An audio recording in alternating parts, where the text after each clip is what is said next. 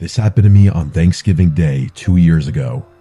The reason I remember it was Thanksgiving Day was because I was sick with a respiratory virus that was going around at the time.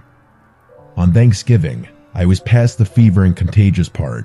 I just had body chills and could not go 5 seconds without coughing, and I could barely speak. At the time, I had promised a friend/coworker who would be out of town for the holidays that I would watch her cat, as her cat is older and needs medicine every day. I agreed since she lives a short walk away from where we work. I agreed before I got sick, but I couldn't go back on my promise. I was also talking to a friend about how both of us wanted to go play tennis and bowling at some point since we both played in high school. I had kept my tennis rackets and bowling ball at my father's place since the dorm I lived in was extremely small. I live in a big city to go to college and therefore did not have a car as I used public transportation to get around. Because I was sick during Thanksgiving, I was unable to get back to my father's place for Thanksgiving. But I was extremely determined to get my tennis rackets and bowling balls since I only go back to my father's place a couple times a year. So if I didn't get my things on Thanksgiving, it would be another few months before we could play, and so I was stubborn and dead set on getting my things. I had made a plan in my head. I would walk to the light rail and get off on a station closer to where my father lives, then ask my brother to come and bring me the stuff that I wanted. On the way home, I would get off the light rail and take the bus to my friend's place to check in on her cat and make sure she was taking her medicine. The transit system where I live is still very irregular. As I was waiting for the bus to come and take me to my friend's place on Apple Maps, my phone would keep saying that the bus was 1 minute away just for it to not show up, and then I'd refresh it and it would say the next bus comes in 15 minutes. I would have just walked to her place and she lives not too far from the light rail station.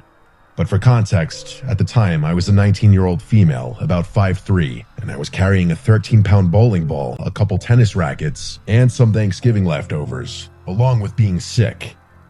I had been waiting for over 30 minutes for the bus to come, and since it was about 9 p.m. on Thanksgiving, the bus stop was empty and I was the only one there.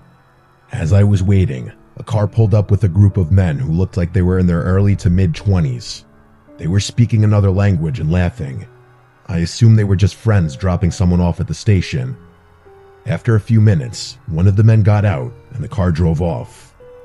The station was pretty big, and I stood a little away from the actual bus stop since I was coughing a lot and didn't want to be near anyone.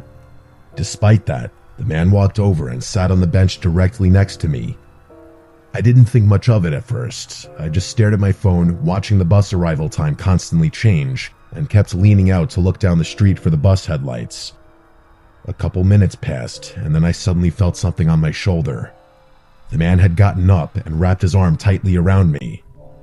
My mind went completely blank. I was so confused and startled that I just froze up. After a moment, he mumbled something, like asking if I was okay. I quietly said that I was fine and just waiting for the bus. A couple minutes later, he let go and sat back down. Red flags were going off, but I kept trying to rationalize it.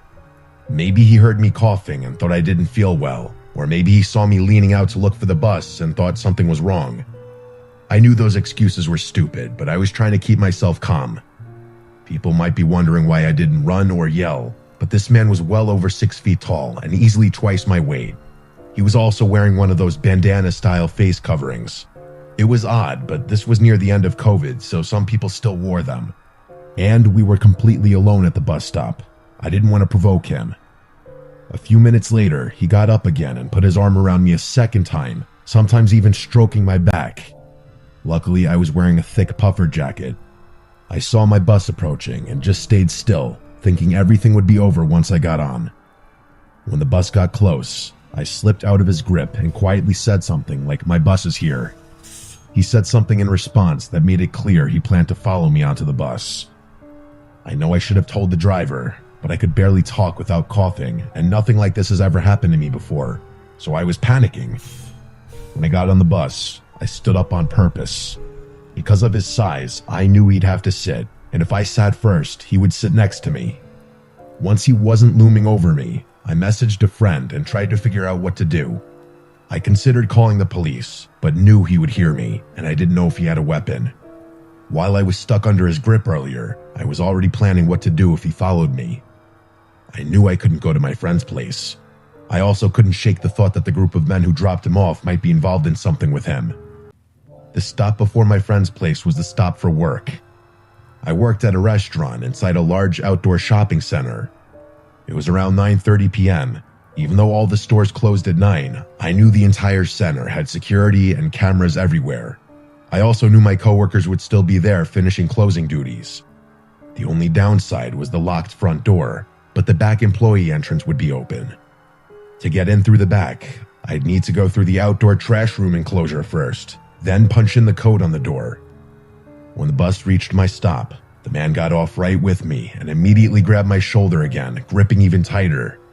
I had to take tiny steps. I didn't want to suddenly sprint and alert him if I wasn't close enough to make it inside in time. As we got closer to work, all I could think about was whether I'd be fast enough to break away and get through both doors before he caught me. Thankfully, when he approached the back entrance, the door to the trash enclosure was propped open, and one of the chefs and a coworker were standing there talking with the back door held open. I used that moment. His grip had released just slightly from walking, and I slipped out of it and ran past him. I tried to tell my coworker that a man was following me and to shut the door. Even though I could barely talk, he closed it right away. Not even 2 seconds later, the handle started rattling violently, and he started banging on the door. I explained as best I could that I didn't know him and that he followed me from the bus stop. We called mall security. While we waited, we could see the man pacing around the restaurant through the windows. After a couple of minutes, he walked into the ice cream shop directly across from us. Security arrived and asked me a few questions. The coworker who had been at the door ended up driving me to my friend's place so I could check on her cat, and then she drove me home. A few days later, my manager told me that mall security wanted to know if I wanted to press charges. I said I wasn't sure yet and that I mostly wanted to know the man's name and what he claimed he was doing there, but my manager never followed up, and I never heard anything again.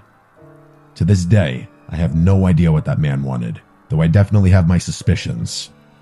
I honestly forgot about the whole thing until recently when my same friend asked me again if I could watch her cat for Thanksgiving. That's what brought all of this back.